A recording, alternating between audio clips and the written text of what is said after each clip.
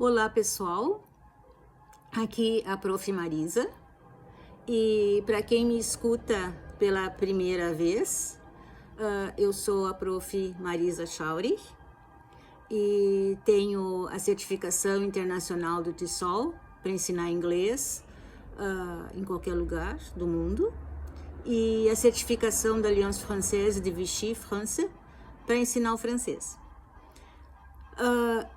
Além de ensinar idiomas, eu sempre gostei muito do desafio de ensinar especialmente um outro idioma para os que apresentam dificuldade na aquisição desse idioma.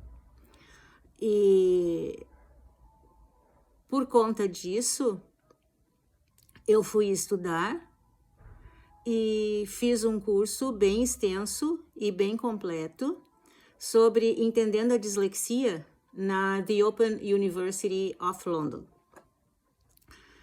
No outro podcast, porque esse já é o segundo, eu falei sobre o aluno que, quando ele inicia as aulas, ele logo vai se apresentando, dizendo: prof, eu sou bloqueado.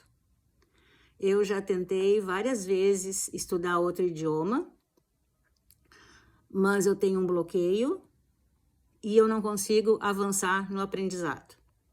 Então, é sempre um recomeço. Eu comentei, então, que talvez, na maioria deles, o que eles chamam de bloqueio seja, na verdade, uma dificuldade que eles têm no reconhecimento da relação com a leitura fluente das palavras, na habilidade de decodificação e até mesmo na soletração. Porque a relação do som com a letra, para eles não fica claro.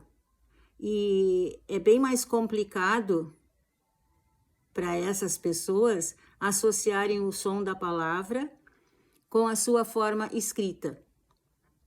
E comentei também que essas dificuldades, quando elas são associadas à dificuldade de manter a atenção, de manter o foco, são características que estão presentes na dislexia.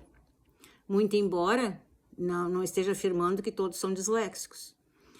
A leitura e a escrita, para eles, pode ser um grande desafio em função dessa dislexia. E muitas vezes ele vai precisar de ferramentas que o ajudem a criar estratégias para esse aprendizado. E é aí que entra um professor que tenha um conhecimento mais específico dessas ferramentas e que saiba como usá-las e como ensiná-los a usar. E assim, o aprendizado pode se tornar mais fácil e muito mais possível, porque o ensinar para essas crianças e mesmo para os adultos, porque ele vai crescer, ele vai se tornar um adulto e o problema dele muito provavelmente vai continuar. Vai ter uma abordagem conveniente, vai ter uma abordagem mais inclusiva e com pessoas que vibram com esse desafio. Eles podem e eles aprenderão com certeza o inglês ou qualquer outro idioma. Essas crianças e esses adultos, eles precisam de estímulos multissensoriais. E com isso, eu estou querendo dizer que a gente deve explorar vários sentidos, todos possíveis. E nesse podcast, eu falo por que aprender inglês para os disléxicos pode ser uma tarefa tão difícil. Qual o melhor caminho de aprendizado e como superar esses desafios e aprender a falar o inglês? E ali, quando eu falei nos estímulos multissensoriais, entra o corpo, os movimentos, a mímica, a visão, chamar a atenção para as cores. Muitas vezes, o simples fato de usar cores que vão marcar itens, partes da informação, isso faz com que ele, com mais facilidade, ele retenha, porque também entra junto a memória fotográfica. E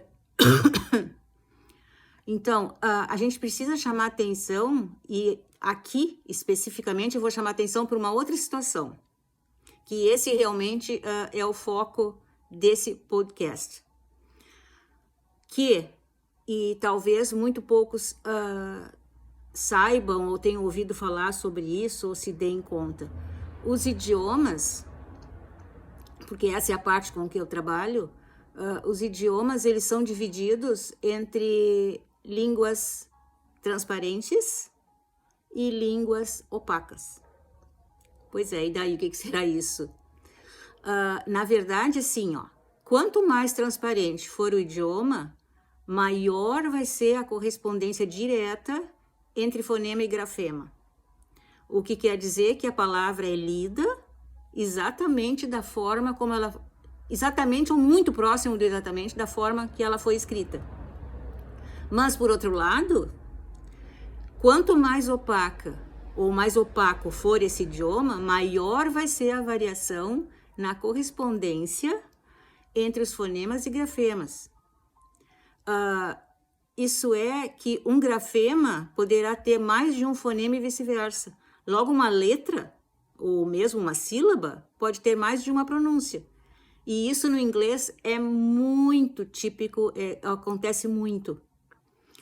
E hoje já existem estudos, e segundo esses estudos, sabe-se que o finlandês e o italiano chegam a ter 90% de correspondência entre fonemas e grafemas, o que lhes caracteriza como idiomas muito transparentes. Já o inglês, de acordo com esse mesmo estudo, ele tem apenas 13% de transparência. Então, a gente já sabe, né? Já deduz que o inglês é um idioma muito opaco e que isso o torna mais difícil para quem tem dificuldade de correspondência entre a letra e o som, entre a forma que a gente escreve e a forma que a gente diz. E esta é uma das razões de ser bem penoso para alguns aprender o inglês. E é por isso também que essas pessoas precisam encontrar professores que tenham conhecimento dessa dificuldade, de conhecimento das ferramentas para facilitar esse processo ensino-aprendizagem e para transformar esse aprendizado em algo prazeroso, e que essa pessoa que está ajudando esse aluno, esse professor, que ele possa vibrar com o desenvolvimento do seu aluno. Só que para isso também é uma condição sine qua non a boa relação do professor-aluno. Isso é fundamental.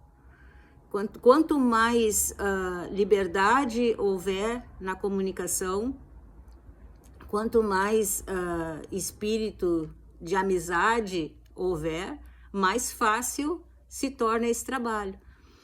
E aí? Gostaram desse podcast? Quem precisar de ajuda para aprender inglês, francês ou português, com ou sem essas dificuldades que a gente colocou aqui, é só me chamar no WhatsApp que a gente vai conversar e com certeza eu vou te ajudar no que tu precisas. O meu número de WhatsApp é 51, porque é Rio Grande do Sul, 992 14 9879. Será um prazer conversar contigo, tá? Até o próximo.